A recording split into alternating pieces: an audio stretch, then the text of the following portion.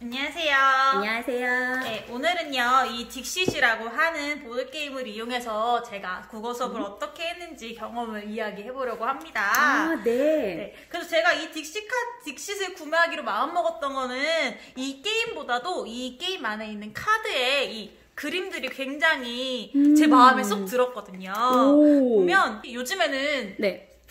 프리즘 카드라고 해서 많이들 사용하시잖아요. 네. 근데 저는 그 프리즘 카드가 사실적인 진짜 사진같이 찍힌 거여서 저는 그것보다는 이렇게 아이들 같은 경우에는 그림으로 된 네. 일러스트처럼 생긴 이 카드가 더 마음에 와닿지 않을까 해서 저는 이 딕시를 게임보다는 뭔가 수업에 활용하고자 구매를 하게 됐습니다. 그림이 독특하네요. 네, 그래서 제가 제 취향이기도 한데 저는 좀 비현실적이면서 초현실적인 그림을 좋아해서 더 이거를 선택하게 된 것 같아요. 상상력을 자극할 것 같아요. 네, 그래서 제가 이 딕시 게임에 있는 카드를 이용해서 네. 어떻게 국어 수업을 했는지 지금부터 설명을 해드릴게요. 네. 그 전에 제가 이거를 설명하려고 교육과정 성취 기준을 살펴봤더니 굉장히 많은 성취 기준을 여기에 담을 수 있더라고요. 네. 그래서 듣기, 읽기, 뭐 말하기, 쓰기 이런 거 상관없이 문법, 문학까지도 포함을 해서 다양하게 활용할 수 있을 것 같으니까요. 한번 지금부터 살펴보도록 할게요. 네. 우선 제가 했던 경험부터 설명을 해드리자면 저는 이제 작년에 3학년 학생들과 이걸 했었는데요. 3학년 학생들과 했을 때는 원인과 결과에 관련된 수업으로 이걸 진행을 했었어요. 그래서 이 첫 방법을 설명해드리자면 이렇게 저는 애들이 좀 흥미와 좀 긴장감을 주는 걸 좋아해서 네. 각자 카드를 학생들에게 무작위로 복불복으로 이렇게 뒤집어진 상태로 이렇게 3장을 뽑게 했습니다. 네. 3장을 뽑게 한 다음에 이제 자기가 공개를 하는데 이것도 좀 긴장감을 갖게 하려고 이제 다 같이 우리 한번 공개를 해보자 하는 시간을 가져서 각자의 카드를 이렇게 뒤집었어요.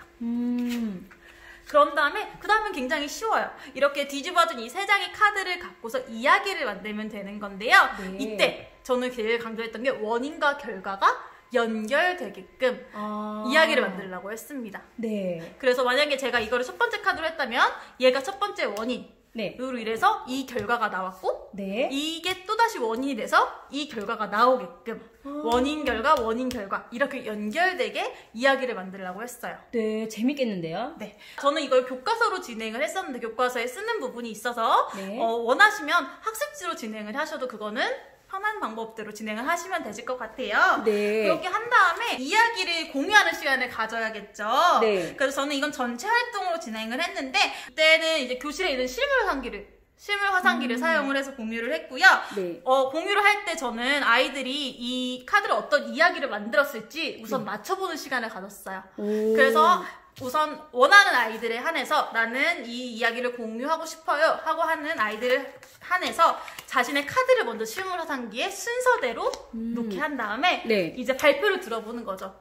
이 친구는 이 카드를 통해서 어떤 이야기를 만들었을까? 라는 걸로 이제 나머지 이걸 듣는 학생들의 입장에서도 좀 상상력을 발휘하게끔 이렇게 진행을 했어요. 그런 다음에 카드를 갖고 이야기를 쓴 아이의 이야기도 들어봐야겠죠.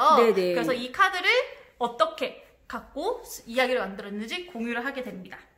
그런 다음에 마지막으로는 이거는 좀 개별적인 선택일 수도 있는데 저는 이렇게 원인과 결과 이야기 만들기라는 책을 만들었어요. 그래서 이거를 짤막하게 살펴보자면 이렇게 아이들이 이야기의 제목도 지었고요. 그다음에 가운데다가 이야기의 내용, 그리고 밑에다가 제가 이거를 다 스캔을 해서 카드를 넣고서 아이들이 읽어보면서 연결할 수 있게 이렇게 책으로도 만들어 봤습니다.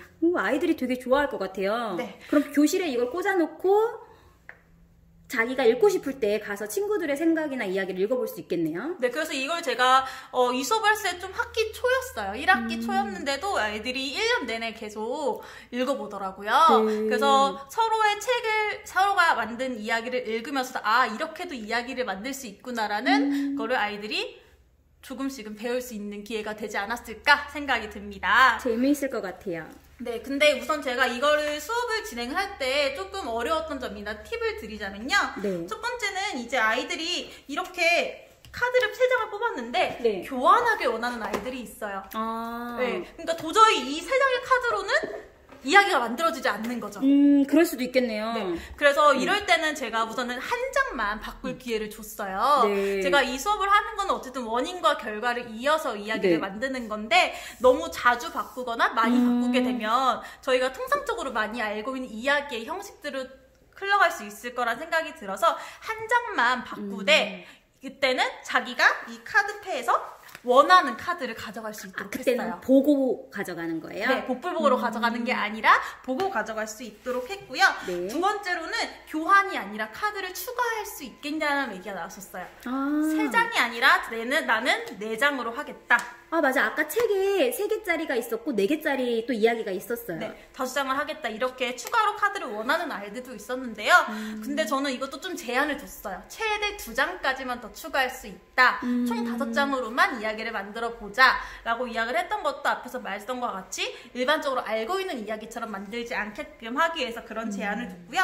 이거 같은 경우는 교실 안의 아이들의 상황이나 네네. 특성을 반영을 해서 이거는 더 많이 줘도 되고 아예 안 줘도 되고 그거는 원하시는 대로 진행을 하시면 되실 것 같아요. 네. 그리고 제가 맨 마지막에 수업을 다 마치고서 아쉬웠던 부분이 있었는데요. 바로 이 이야기를 아이들이 만들려고 했을 때 저는 그냥 이렇게 카드 딱 띡 주고서 이야기 만들어봐! 이렇게 했더니 어려워하는 아이들이 있더라고요. 그럴 수도 있을 것 같아요. 그리고 쓰다가 다시 계속 수정하는 아이들도 있고요. 그래서 나중에 든 생각은 내가 학습지를 하나를 만들어서 처음부터 구성할 수 있는 플랫폼을 줬으면 어땠을까. 예를 들어 나는 이렇게 카드를 뽑았을 때 이 이야기의 주인공은 누구로 할 것인지, 배경은 어떻게 할 것인지, 사건은 무엇으로 할 것인지를 아이들한테 한 번쯤은 적어보게 한 다음에 이야기를 만들었다면 좀 더 아이들이 수월하게 어렵지 않게 만들 수 있지 않았을까라는 생각을 했습니다. 네. 한마디로 이야기를 바로 만들 게 아니라 이야기 전 단계로, 만들기 전 단계로 구성을 해보는, 이야기 전체적인 인물, 사건, 배경을 구성해보는 활동을 했으면 좋지 않았을까라는 생각을 했습니다. 네. 그리고 몇 가지 더 있는데요.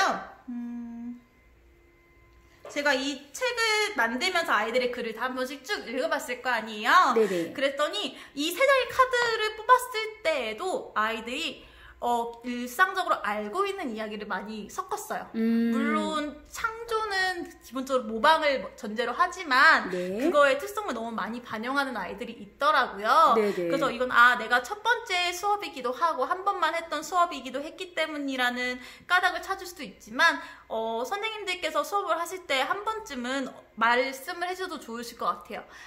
얘들아 이거는 이야기를 만들더라도 기본적으로 너희들이 알고 있는 뭐 신데렐라라든지 혹은 알라딘이라든지 이런 식의 기존에 있는 이야기를 끌어왔어도 괜찮지만 그래도 너희들이 한번 상상력을 표현해 보겠니? 창의력을 표현해 보겠니라고 조금 한 번쯤은 언급해주면 아이들이 그래도 좀 더 생각을 하지 않을까라는 생각이 듭니다. 그리고 마지막으로는 이제 이야기 공유하는 시간을 가질 때 저는 바로 전체 발표로 이어졌어요. 근데 그 전에 모든 아이들끼리 먼저 공유를 해봤으면 어땠을까. 아무래도 전체 발표다 보면 몇몇의 학생들밖에 할 수 없는 상황이 되고 다 발표하자니 시간이 너무 늘어지고 길어지고 하다 보니까 모둠 안에서 아까 말씀드린 것처럼 이렇게 카드 먼저 공개하고 이야기 추측하고 이야기 들려주고 이런 과정을 모둠 안에서 하고 전체에서 했으면 아이들이 좀 더 좋지 않았을까, 좋아하지 않았을까라는 생각을 했고요. 그리고 이렇게 모둠을 거쳤을 때는 모둠 발표를 한 다음에 저희 글 쓰는 단계에서 수정하기 단계가 있잖아요. 그 중간 단계를 하나 넣어서 마지막에 전체 발표를 이어져도 좋을 것 같아요. 그런 방법이 있겠네요. 모둠 발표, 글 수정하기, 전체 발표 이런 식으로 진행하면 아이들의 글이 좀 더 가다듬어지고 새로운 아이디어로 이야기를 만들지 않았을까 생각을 합니다. 그래서 이렇게 제가 수업을 하고 난 뒤에 아이들의 반응을 쭉 지켜보니까 우선 이 책을 1년 동안 내내 읽었다는 것만으로도 아이들이 좀 좋아했던 것 같아요. 그리고 원인과 결과라는 게 이제 아이들이 이야기를 듣거나 읽으면서 원인과 결과를 찾아보라고 하면 솔직히 좀 지루해하고 재미없어하고 하는데 자기들이 스스로 원인과 결과를 만들어서 이야기를 짓다 보니까 좀 더 고민도 많이 하게 되고 재미있어 했던 것 같아요. 네. 그래서 저는 우선 이렇게 딕싯을 이용해서 수업을 해봤고요. 그 외의 방법으로는 각자 카드를 3장 혹은 5장씩 나눠 가진 다음에 네네. 모둠별로 게임도 가능할 것 같아요. 예를 들어 첫 번째 사람이 이 카드를 내려놓으면서 이야기를 시작을 했어요. 네. 그럼 그 옆에 사람이 자신의 카드도 하나 내려오면서 이야기를 이어나가는 거죠. 이것도 원인과 결과로? 그것도 괜찮고요. 아니면 그냥 이야기를 뒷이야기 만들기처럼 만들어도 네네네. 좋을 것 같아요. 네. 근데 만약에 내가 카드를 들고 있는데 이걸로 지을 수 있는 이야기가 없다. 그러면 카드패에서 한 장을 더 추가한다든지 이런 식으로 게임으로 진행을 해도 이야기를 만들어 나갈 수 있지 않을까 생각이 듭니다. 네, 너무 재밌을 것 같습니다. 네. 선생님들도 한번 아이들과 이 딕싯이라는 카드를 사용해서 한번 국어 수업을 해보면 재밌지 않을까 싶어요. 더군다나 이 딕싯이라고 하는 카드가 확장판도 굉장히 많이 나와 있어요. 네. 기본적으로 들어가 있는 카드도 굉장히 많은데요. 네네. 이거 외에도 확장판으로 많이 들어가 있고요. 여기 보면 카드를 조금 상하는 걸, 손상되는 걸 막기 위해서 이렇게 필름처럼 끼울 수 있는데 네네. 이걸로 해서 진행을 하셔도 오랫동안 사용할 수 있지 않을까 생각이 듭니다. 그래서 프리즘 카드를 사용해도 좋을 것 같고요. 이 딕싯이라는 보드게임에 있는 카드를 사용해서 여러분 선생님들도 한번 수업을 해보면 좋으실 것 같아요. 네, 감사합니다. 이상입니다.